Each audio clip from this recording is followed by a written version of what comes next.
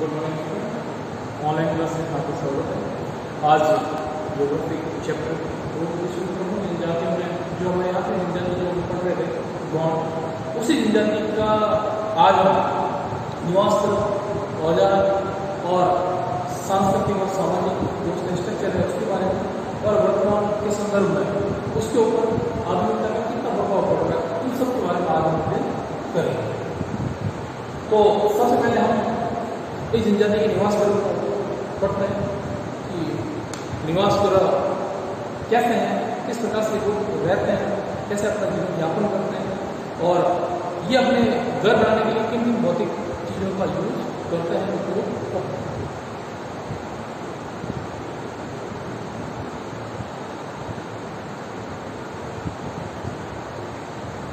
निवास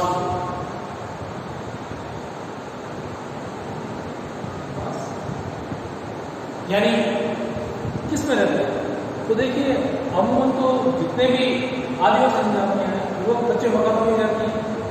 हाँ, वर्तमान के टाइम में धीरे धीरे जो बदलाव आ रहा है उससे भी अपने घर पक्के बनाने लगे हैं, पर मैक्सिमम कच्चे मकानों में दीवारें कच्ची होती हैं, घास फूस का ज़्यादा प्रयोग होता है, प्रकृति के अधीन, प्रकृति के सूक्ष्म वातावरण में ये जनजाति निवास करती है। इसीलिए हम कह सकते हैं कि ये जो आदिवासी जनजाति जो रहती है तो इनके जो गांव हैं, जो कह सकते हैं कि गांव उनको हम नगले अर्थात पल्ली, मतलब उनको हम नगले या पल्ली के नाम से जानते हैं। उनके जो गांव है नगले या नगले या पल्ली के नाम से जाना जाता है। इनके लोग गांव दिवस का निवास करते हैं। फिर जब ये मकान किसी जगह मकान बनाते हैं, अपनी जॉब में स्थापित करते हैं, तो उस जगह को क्या करते हैं, चिन्हित करते हैं और चिन्हित करके शगुन के तौर पर वहां पर एक उत्सव मनाया जाता है।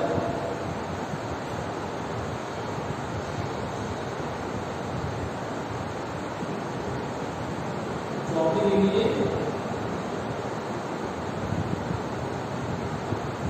जगह को चिन्हित किया जाता है और उत्सव का आयोजन होता है।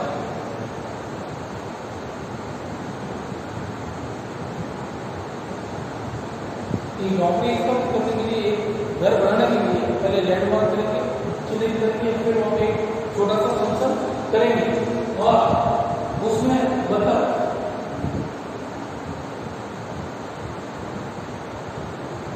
या मुर्गी की बलि दी जाती है। वहां पे बतख या मुर्गी की बलि दी जाती है। जब ये जो गौंड जनजाति के लोग हैं वे नगले या पल्ली, जिनके गाँव का नाम होता है, छोटी जगह है, बड़ी जगह है, उसको पुकारा जाता है।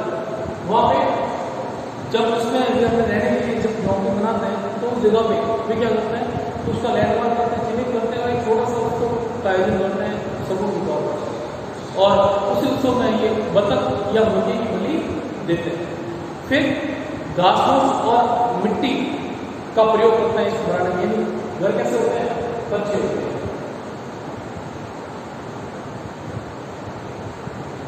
कच्चे मकान जिसमें घास फूस या मिट्टी का प्रयोग किया जाता है। कच्चे मकान घास फूस या मिट्टी का ज्यादा प्रयोग किया जाता है। अब इन मकानों की जो एक कह सकते हैं कि स्ट्रक्चर, जो ढांचा है, उस ढांचे में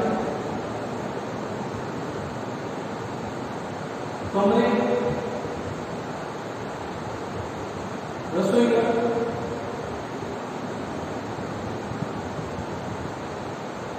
कमरे, रसोई घर, बरामदा,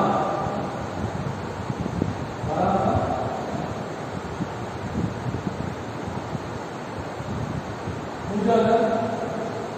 पूजा घर बहुत इंपॉर्टेंट है। ये अपने क्योंकि देखिए आपकी प्रकृति यानी ऐसा माहौल, कुदरती माहौल, उस माहौल के अंदर भी जाहिर सी बात है कि उनका एक विश्वास प्रकृति के प्रति बहुत ज़्यादा होता है, देवताओं को मानना। तो इसीलिए पर्टिकुलर उस अपने झोपड़ी के अंदर या जो बड़ा मकान मिलता है, कच्चा मकान है, उस मकान के अंदर वे पूजा घर का निर्माण जरूर करते हैं ताकि वे अपने आराध्य देव को समय समय पर याद कर सकें।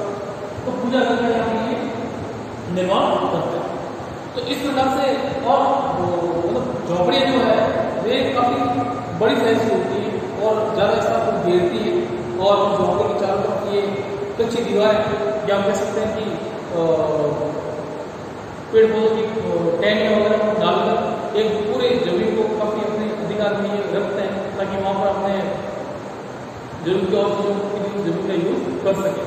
तो इस प्रकार से ये अपने निवास को बनाते हैं, निवास को चिन्हित करते हैं, उनका अच्छी तरीके से उपयोग करते रहने के लिए। इसके बाद अब निवास बनाने का हो गया। अब हम बात करेंगे कि औजार व बर्तन,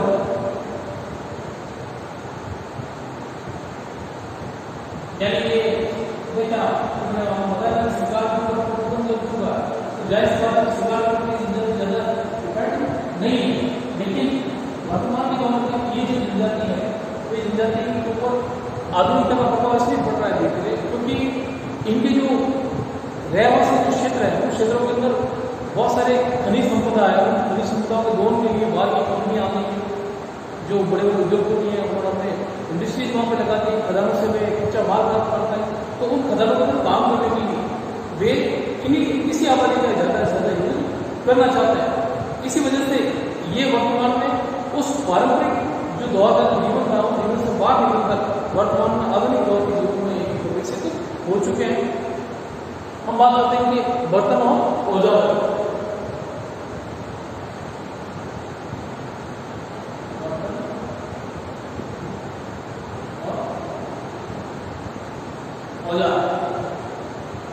तो जो कि ज़्यादा कोई खास औजार नहीं होते हैं, खास औजार नहीं होते हैं बर्तन भी, ठीक है खाने पीने के लिए वही जो एल्यूमिनियम वगैरह होता है कि जो बर्तन है वही रहते हैं। तो औजार में जो है वे साधारण है, जिसमें फलिया, खुरपी, फावड़ा, दराती वगैरह जो घास काटने के काम आते हैं, ये सारे नहीं होते हैं।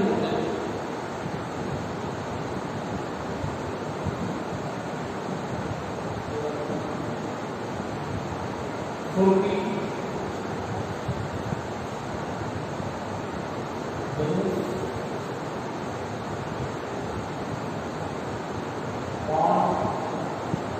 इस प्रकार के औजार देखने को मिलते हैं जो कि साधारण होता है।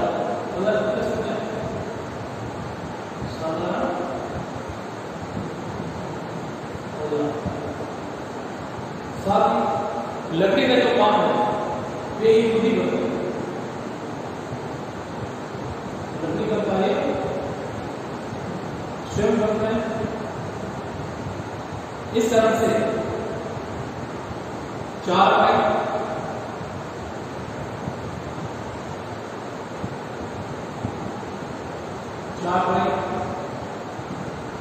स्टूल, जो भी घर में यूजफुल जो चीजें हैं जो लकड़ी से बनी है ये स्वयं इसका निर्माण करके उसको बनाते हैं। तो चार का ये स्टूल है इत्यादि ये सब चीजें ये स्वयं बनाते हैं, स्वयं बनाते हैं, यानी कोई चीजें बाहर जाने की जरूरत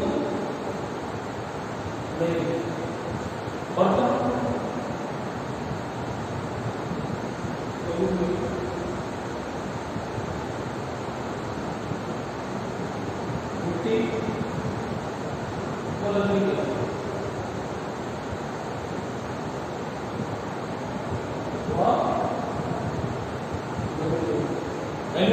मिट्टी और लकड़ी के बर्तन होते हैं। तो इस प्रकार से बर्तन और औजार सिंपल है, साधारण औजार है, ज़्यादा एडवांस औजार नहीं होता है, क्योंकि जैसे एस्किमो वगैरह जब लोग होते थे, ठीक है, उस टाइप से उनको औजार की मेहनत नहीं करनी होती, क्योंकि जाहिर सी बात है औजार जो है वे अब शिकार का इतना प्रचलन रहा नहीं है, इसलिए औजार सिर्फ घरेलू कार्य या फिर प्राकृतिक संस्कृति को लेने के लिए, जैसे पेड़ पौधे को काटने के लिए या फिर खरपतवार को लेने के लिए या घास को काटने के लिए जो जरूरी औजार है पाटिया दराती है, खुरपी है, सामान वगैरह करते जाते हैं। ये तो हुआ आपका बर्तन और औजार। अब हम बात करते हैं समाज और संस्कृति।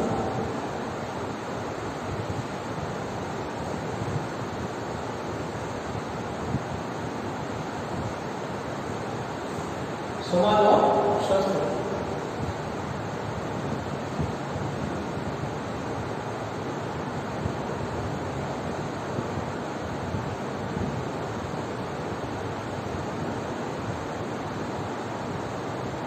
समाज और संस्कृति, यानी समाज किस प्रकार का समाज है। तो इनका जो समाज रहता है पितृ सत्तात्मक, सब जगह पितृ सत्तात्मक समाज ये है, यानी परिवार का जो मुख्य है वो पिता ही है, ठीक है। तो पितृ सत्तात्मक समाज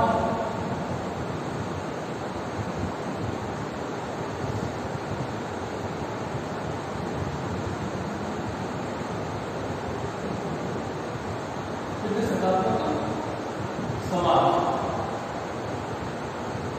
उसके अलावा बुजुर्ग जो है वे परिवार का मुखिया, जो घर में सबसे ज्यादा वयोवृद्ध है, सीनियर है, वही परिवार का बुजुर्ग, परिवार का मुखिया, बुजुर्ग परिवार का मुखिया होता है। घर के अंदर पिता तो नहीं है, लेकिन पिता का जीवित है तो परिवार के मुखिया कौन होगा? दादाजी। तो इस प्रकार से बुजुर्ग परिवार का मुख्य होता है। उसके अलावा इनमें जो विवाह की प्रथा है, विवाह करने के जो तरीके हैं, इसके अंदर वो काफी टाइप्स के विवाह को अंजाम देते हैं, जैसे सेवा विवाह, विवाह का प्रकार है सेवा विवाह, विनिमय विवाह, विनिमय इस प्रकार की वस्तुएं नहीं पर विवाह, हरण विवाह, अपने विनिमय विवाह और सेवा विवाह और विधवा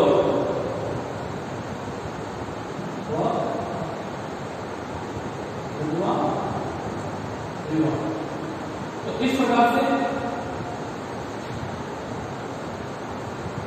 सेवा, विनिमय, हरण और विधवा, इस प्रकार से विवाह का ये प्रकार इसके अंदर प्रचलित है विवाह के लिए। अब जो विवाह जो होता है, जो विवाह का आयोजन होता है, वो आयोजन में प्राकृतिक स्रोत जो है उनके किनारे रहते हैं, जैसे जलाशय है, तालाब है, जब नदी बह रही है तो प्राकृतिक स्रोतों की नजदीक, प्राकृतिक स्रोतों के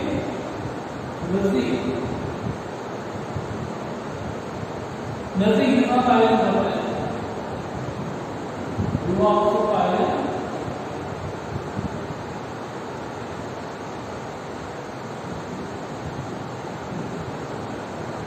प्राकृतिक स्रोतों के नजदीक करते हैं,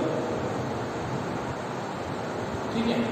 और ये जो भी विवाह के तरीके हैं वो तरीके हमने आपको बताए थे, सेवा विवाह, विनिमय विवाह, हरण विवाह और विधवा विवाह कहाँ होता है? प्राकृतिक स्रोतों का, प्राकृतिक स्रोत का मतलब नदियां हैं, तालाब है, झीलें हैं, ये उसके नजदीक ये विवाह का आयोजन करते हैं। आगे देखिए हम कि अब बात करते हैं गांव की। जो गांव है उस गांव का जो मुखिया है, तो परिवार मुखिया कौन होगा? परिवार का मुखिया तो आपका बुजुर्ग हो गया, जो घर के अंदर सबसे ज्यादा बुजुर्ग है, ठीक है, वो आपका परिवार का मुखिया। इन गांव वाला मुखिया होता है, गांव का मुखिया पटेल वगैरह करते हैं। गांव का मैन सरपंच उसको पटेल या मुकादर, पटेल या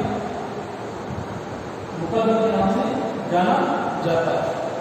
और जो इनका चौकीदार होता है,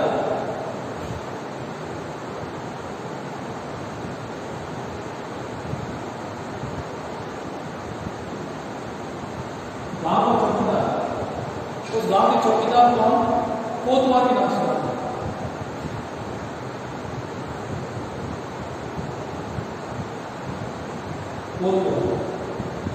यानी गांव का मुखिया है तो पटेल या मुखिया बन जाता है, और गांव का जो चौकीदार है उसको हम कोतवाल के नाम से जानते हैं। तो इस प्रकार से गांव के जो स्ट्रक्चर है, पारिवारिक स्ट्रक्चर तो ये आपका हो गया, विवाह का स्ट्रक्चर ये हो गया, और गांव का जो है इसके अंदर कह सकते हैं वाद विवाद वगैरह है। हाँ, वाद विवाद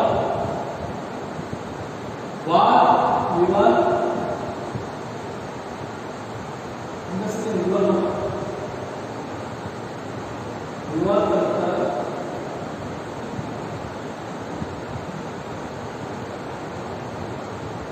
ग्राम पंचायत, गांव की जो पंचायत है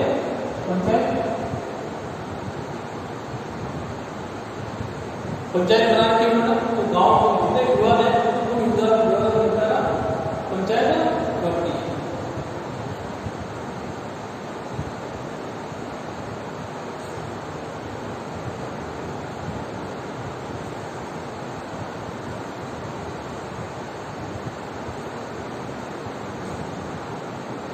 अब देखिए, चूंकि ये जो बोली है गौड़ भाषा के लोग हैं, इनकी बोली गौंडी कहलाती है। गौंडी भाषा द्रविड़ है।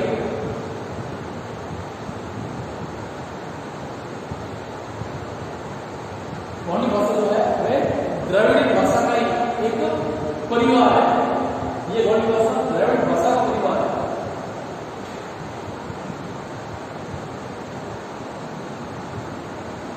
इसी परिवार के समूह की भाषा है जो ये लोग बोलते हैं, गौंडी भाषा बोली जाती है। तो इसके परिवार का समूह है जो तमिल और कन्नड़ के समान है, यानी ये भाषा किसके समान है? तमिल और कन्नड़।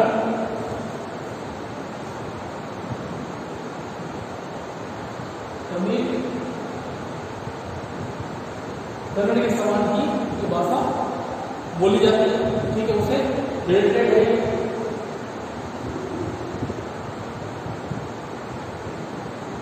तमिल व कन्नड़ के समान। उसके बाद में क्या कि ये जो गौड़ जनजाति के लोग हैं, ये आदिवासी है, तो हमने जितनी भी जनजाति को करना पड़ा है आपने देखा होगा उसके अंदर लगभग सब किसके ऊपर डिपेंड है? प्रकृति के ऊपर।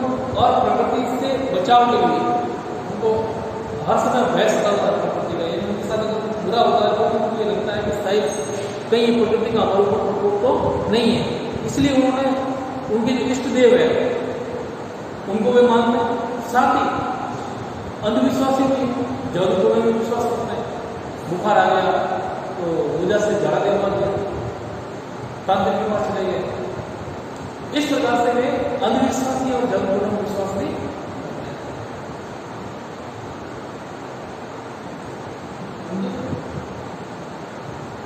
अंधविश्वासी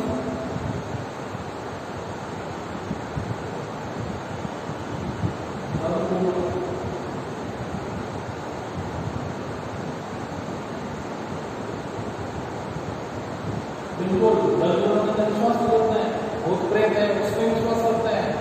बुखार आने पे मुझे भी मत करते हैं शरीर का के समय जल बोला और अंधविश्वास को विश्वास करते हैं। जंगलों के अंदर उनको बड़ी बड़ी सुविधाएं नहीं मिल पाती, इसलिए ये लोग इस प्रकार से ये कार्य करते हैं। अब ये तो इनका एक कार्य हुआ, लेकिन ये कुछ अपने मनोरंजन के उपाय भी करते हैं। जाहिर सी बात है कि इनके पास कोई सिनेमा हॉल वगैरह तो नहीं है, तो वहाँ बैठ के अपना 2 या 3 घंटे समय व्यतीत करते हैं। इनके पास पारंपरिक तो अब तो हालांकि मुख्य धर्म माने रहते हैं, तो ये आधुनिकता की ओर बढ़ने लगे। लेकिन जो प्राचीन समय में 10 साल 20 साल पहले ये लोग क्या करते हैं कि मुर्गों की लड़ाई,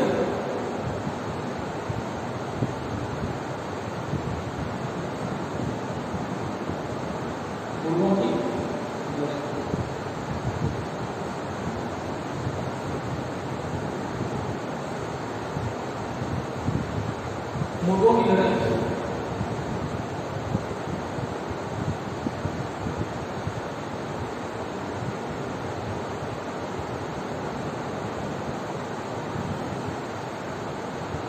यानी अपने मनोरंजन के लिए मुर्गों को आपस में लड़वा कर अपना समय व्यतीत करते हैं।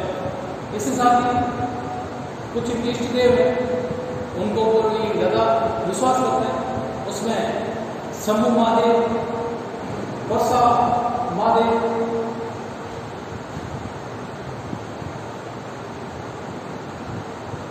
शंभु महादेव, वर्षा महादेव इष्ट देव है। यदि एक उपासना करते हैं तो विश्वास करते हैं, शंभु महादेव को समादेव के ऊपर विश्वास करते हैं। साथ ही काली और दंतेश्वरी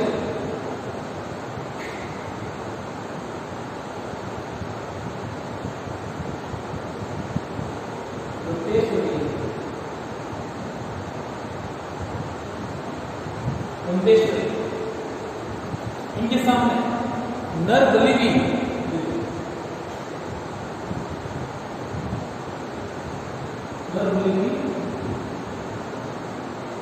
देते थे, मगर 19वीं शताब्दी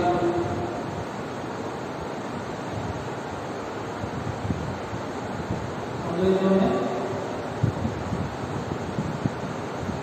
नर बलि पर रोक लगा दी। इसलिए हम ये नर बलि नहीं पहले देखते थे, क्या किया, नर बलि पर रोक लगा दी। इसी अब ये नर बलि नहीं ऐसी कुछ कुरीतियों का तो सर्वनाश अंग्रेजों ने कर दिया था उसी कारण से।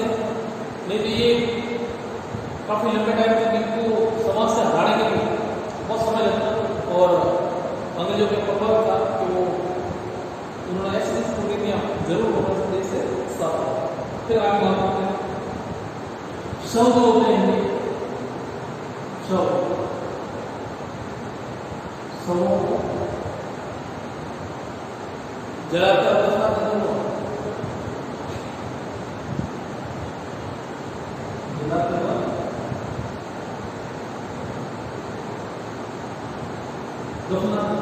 जलाते भी हैं और दफनाते भी। तो इस प्रकार से समाज और सांस्कृतिक ढांचा इनका पूरा हमने देख लिया, कैसी भाषा बोलते हैं, गौड़ी भाषा बोलते हैं, जादू में विश्वास करते हैं, विवाह में हरण इस प्रकार से विवाह का आयोजन जल स्रोत के नजदीक, प्राकृतिक स्रोत के नजदीक करते हैं। और महादेव, शंभु महादेव, बड़ा देव, वर्षा महादेव इस प्रकार के इष्ट देव हैं। और नर बलि भी पहले देते थे लेकिन अब नहीं देते, ठीक है, क्योंकि अंग्रेजों ने दूसरी बात कि मनोरंजन के लिए पहले लोगों की लड़ाई वगैरह करते थे। अब बात होता है कि ये तो इतना शिक्षक है वो अपने पढ़ लिया, लेकिन हम बात करते हैं कि इनके ऊपर आधुनिकता का कितना प्रभाव होता है। वर्तमान में ये वर्तमान संस्कृति के नजदीक आ रहे हैं तो उसके ऊपर इसका कितना प्रभाव होता है तो वो हम बढ़ जाते हैं।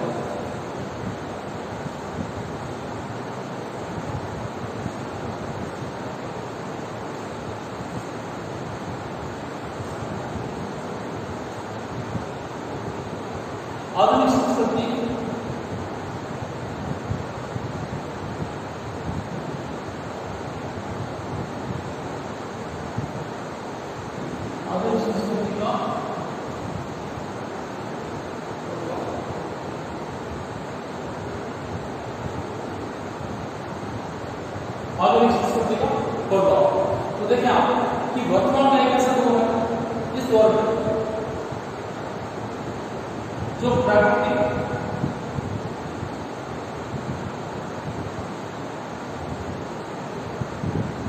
संपदाओं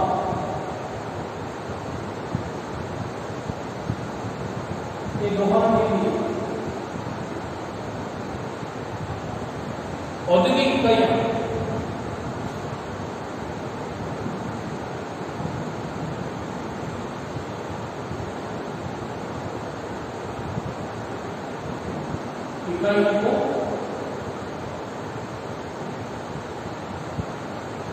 इनके निवास क्षेत्रों के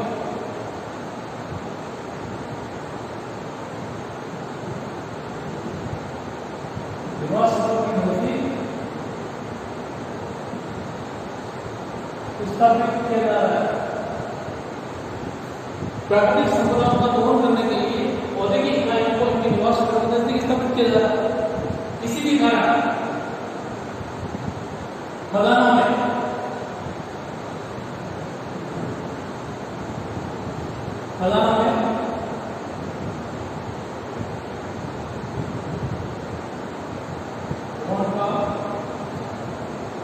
इस जनजाति के लोगों का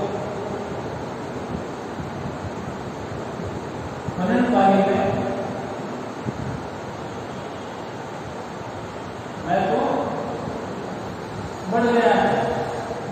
यानी खनन कार्य करने के लिए खदानों के लिए जनजाति के जो लोग हैं उनका ज्यादा से ज्यादा उपयोग लिया जा रहा है, उनकी सेवाएं ली जा रही है।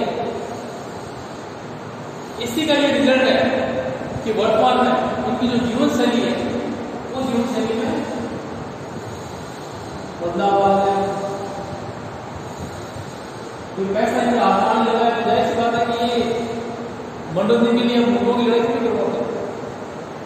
अब चलचित्रों के अवसर होने लगे, मोबाइल भी यूज करने लगे हैं।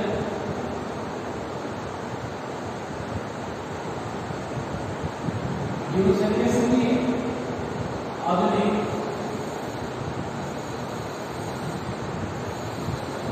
होने लगी है। उसके अलावा आधुनिक संचार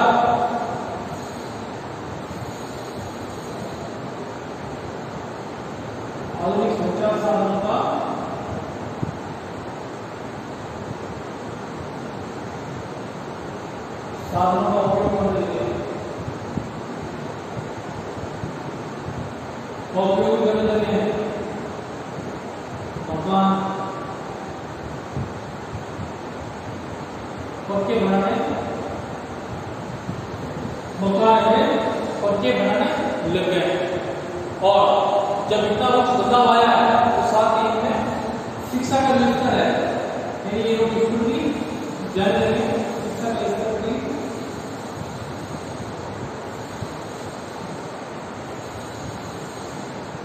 ऊंचा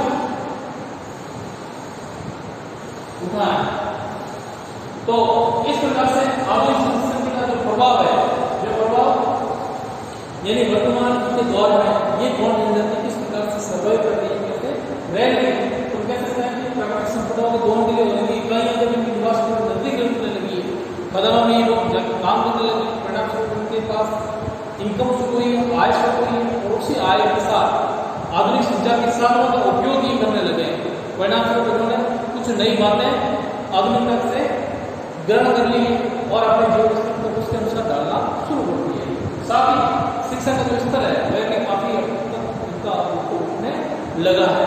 तो इस प्रकार से हम कह सकते हैं कि ये जो है ये पूरा आधुनिकता की ओर अग्रसर होने वाला इंडस्ट्रियल जो बच्चा है वो काफी और धीरे मजबूत हो रहा है, उनका लेवल भी काफी ऊपर की ओर होने लगा है। तो इस प्रकार से अपने विश्व की तमाम जनजातियां जो है, जो अपने सिलेबस में है, पाठ्यक्रम में 4 जनजातियां, उन 4 जनजातियों के हमने क्रियाकलाप, रहन सहन, खान पान, उनके औजार, उनके निवास गृह, उन ये कहाँ बसी हुई है, उन सब के बारे में हमने अध्ययन कर लिया है। और उम्मीद है कि आप लोगों ने भी इसके बारे में ढंग से पढ़ किया है और आप इनके जो नोट्स हैं उन नोट्स को भी आपको कॉपी में समय समय पर उतारते रहना है। क्लियर? ओके।